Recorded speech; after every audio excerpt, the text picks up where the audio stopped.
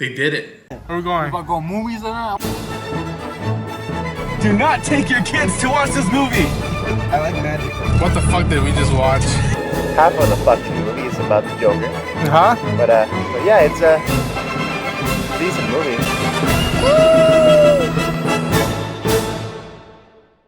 Everyone, I'm Ronan Unchained, and I'm here to talk about Prey, the new addition to the Predator franchise. This one was directed by Dan Trachtenberg. I'm butchering his name, but he was the director of 10 Cloverfield Lane, which is one of my favorite movies of all time. It stars Amber Midthunder, Dakota Beavers, Dane DeLiegro. It's written by Patrick Ison, I believe that's his name, and that's based on Jim Thomas characters. And I'm just gonna say that this movie was awesome. It was simple, easy to follow, and yet you were just waiting for the humans to meet the Predator and see what happens. And yet when they weren't doing that, I was interested to see what the Comanches stories were about, and the fact that we got to follow Naru and Tabi and the rest of the clan, if you will, the tribe. That was refreshing, if you will, because I didn't know what was gonna happen. And yeah, I had seen it already a time and a half, and just from the first time that I saw half of it, I was like, I think this is gonna be good. Let me see the full movie when I do, and how much it's gonna hit. And it was smart.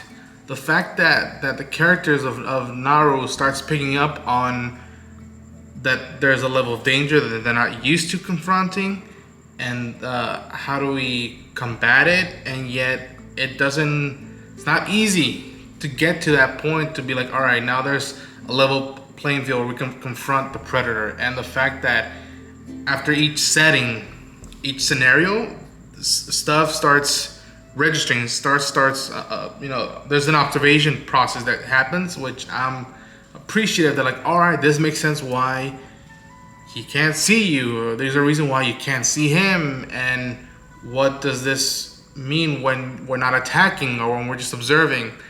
And yeah, again, everybody, the cast, the crew from all departments, makeup, special effects, production design, cinematography, music, everybody that wasn't the director and Amber was phenomenal. But Amber Midthunder is the lead, and her and Sari, the dog, who was adorable, I just was willing to follow them in a journey, to the point now that after the movie ends, I don't want a sequel, and B, I want to have more adventures with her and Sari.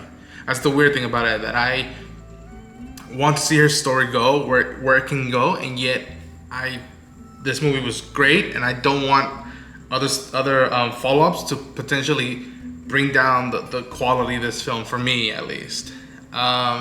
If you haven't seen 10 Cloverfield Lane, do yourself a favor and do so, because there's a point where you see what Dan did what he did for that movie, and what he brings now to the Predator franchise, to the point that you don't even call it Predator, just Prey.